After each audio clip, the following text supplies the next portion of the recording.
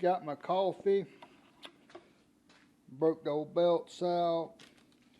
Got everything out. My old trusty SK. Love this ratchet. Made in the USA. I know it's a cheaper brand, but I'm going to tell you what, I don't know, something about it, I love it. It's starting to get wore out though. It's starting to get a lot of slop in it.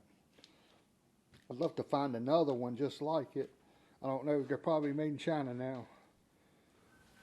Now I haven't got a keyway. This is just bolted up there just for fitment. I've still got to make a bracket.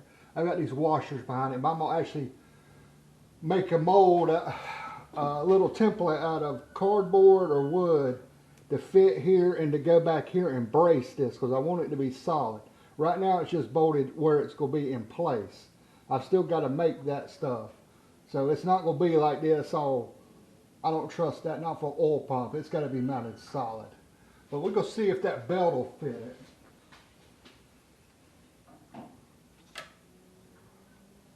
Pop off that belt. Let's see. Now I guessed at the adjustment here, so, and we're guessing at the measurement on the belt. Man, I'll tell you what, it's fairly close. All right. I needed my little wrench. I don't know where it's at. I try to hide my little 3/8 12-point stuff because there is nothing we work on out here that uses that anymore. Except for this car, because I got a lot of 12-point bolts on this car. And like I said, this isn't the final mounting. Just loosen it because I don't want no movement at all on this. Okay, let's see. That is going to work. And it's going to work. That's awesome. I was worried. I was really worried about this because, you know, he knows what size belts to put on this car if I use his brackets. But here my exhaust is right here for now. I can't use the Jones Racing brackets. I've got one. I cut it all up, wasted $80, $90 on it, and it just don't fit. Because it puts the pump right over here where this exhaust is. Okay, these belts, you just snug them. You don't run it real tight.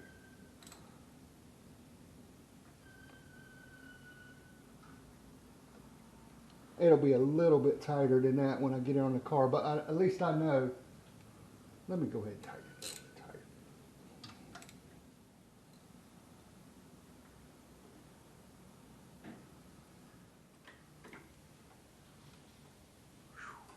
You can tell I just drove it. It is stiff. Compression is up.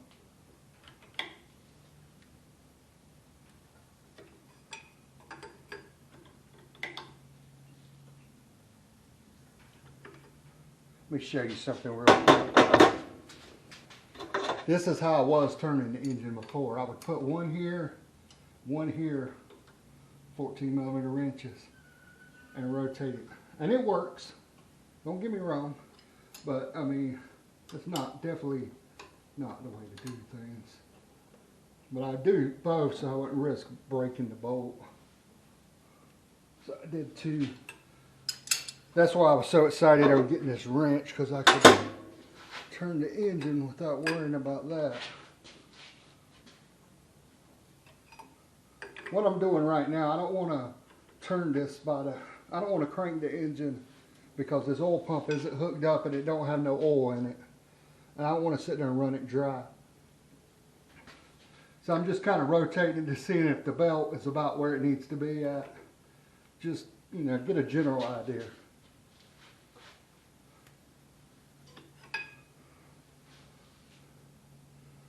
I think we are pretty close.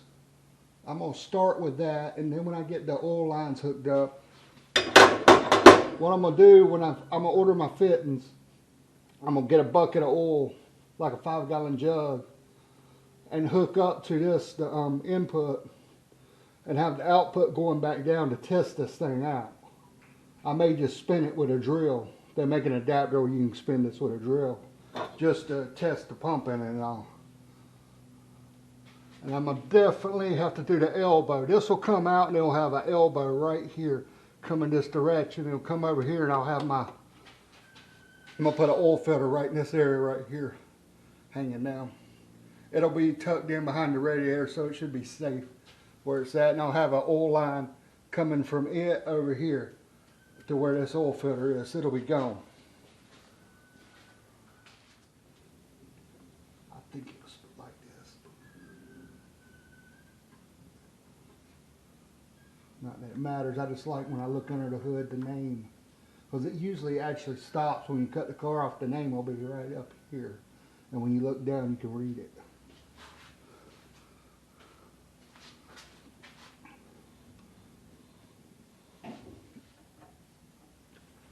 Wish I could leave that on there, but I can't.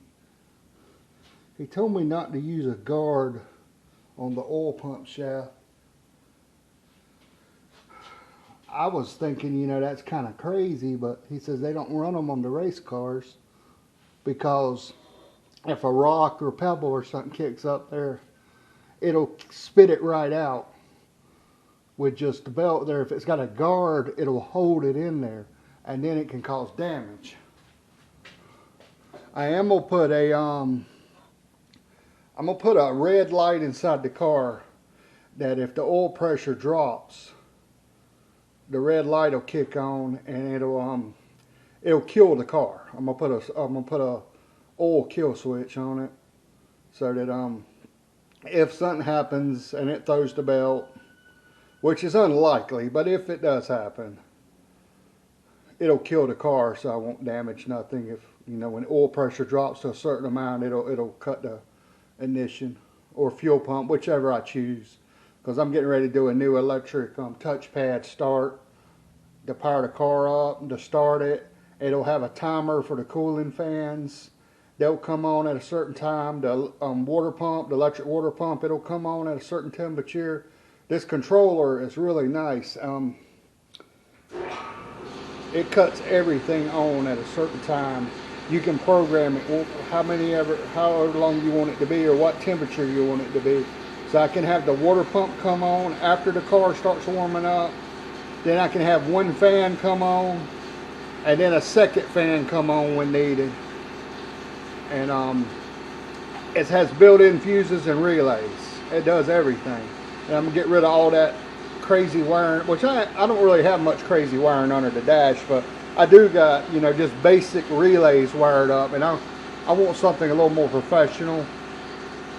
And this unit, I'll put a picture of it in the video here.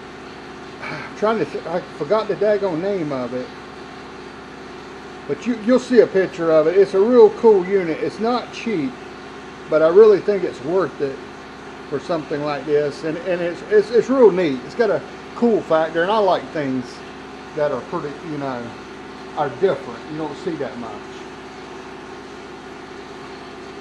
I'm excited this belt works because I was really, honestly, I was worried it wasn't going to work.